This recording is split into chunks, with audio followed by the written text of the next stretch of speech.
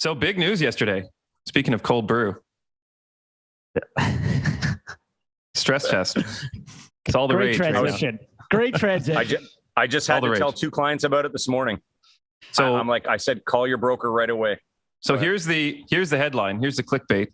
Every pre-approval in Canada right now needs to get pre-approved if you're buying after June 1st. Every pre-approval is useless. Yeah. Thanks, government. So this is a statement that was released by the Deputy Prime Minister, Minister of Finance. So let me see here. I'm going to bring it up on my own screen just because it'll be easier for me to read it. So I figured this would be the easiest way to get the message across to everyone as to what's happening. And then we can just kind of chat to it. So let me see here. There it is. Okay. So for anyone who doesn't know what happened, basically, even when we're basically reviewing files or pre-approving clients, we have to, even though your actual rate on the mortgage might be, say, 1.5%, we have to qualify you as if your rate was much, much higher than that. That's kind of the stress test that everyone was talking about years ago. So what they've done is they've increased the stress test rate. So the rate that we have to qualify clients, they're going to be increasing it to 5.25% as of June 1st. So originally they were planning to only do it for conventional mortgages, but now they're doing it for insured too. So even if you're putting 5% down, you're a first-time home buyer, you're now going to be subject to this new stress test as well. So this is what it says. It says, earlier today, the Office of the Superintendent of Financial Institutions, OSFI, announced that effective June 1st, it will implement a new minimum qualifying rate for all uninsured mortgages. For many Canadians, the most important investment they will ever make is a purchase of a home. Increasingly, however, that dream is becoming unaffordable and unattainable. The recent and rapid rise in house prices is squeezing middle-class Canadians across the entire country and raises concerns about the stability of the overall market. I'm going to scroll down here and just kind of give some Cole's notes. So it says, with today's official confirmation from OSFI of the new minimum qualifying rate for uninsured mortgages, the federal government will align with OSFI by establishing a new minimum qualifying rate for insured mortgages, subject to review and periodic adjustment, which will be the greater of the borrower's mortgage contract rate plus 2%. So I was saying, if your rate is 1.5%, they're saying it'll either be 2% over that, so 3.5%, or 5.25%. So clearly 5.25% is the greater of. This will apply to insured mortgages approved on June 1st or later. So what that means is basically anyone that's buying a home that signs a contract after June 1st is now going to have to qualify under these new guidelines. Yeah. So any of you that purchased a new build, let's say, this past year or 2 years ago, and you're waiting for closing, you would qualify under the previous qualifying rate. So that's something to keep in mind. If you do have a purchase agreement already signed, then you're in the clear. But as Paul said, they were targeting this, and all the verbiage and information that's been out there, and we talked about it several weeks ago, was all based on conventional. So meaning putting 20% down or more. And as of yesterday, they just sprung it up 9 days before or 10 days before that. Now it's being pushed to insured mortgages, less than 20% as well.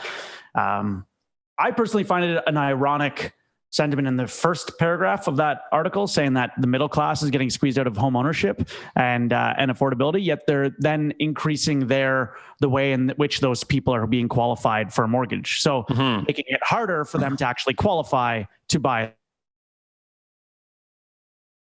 the home.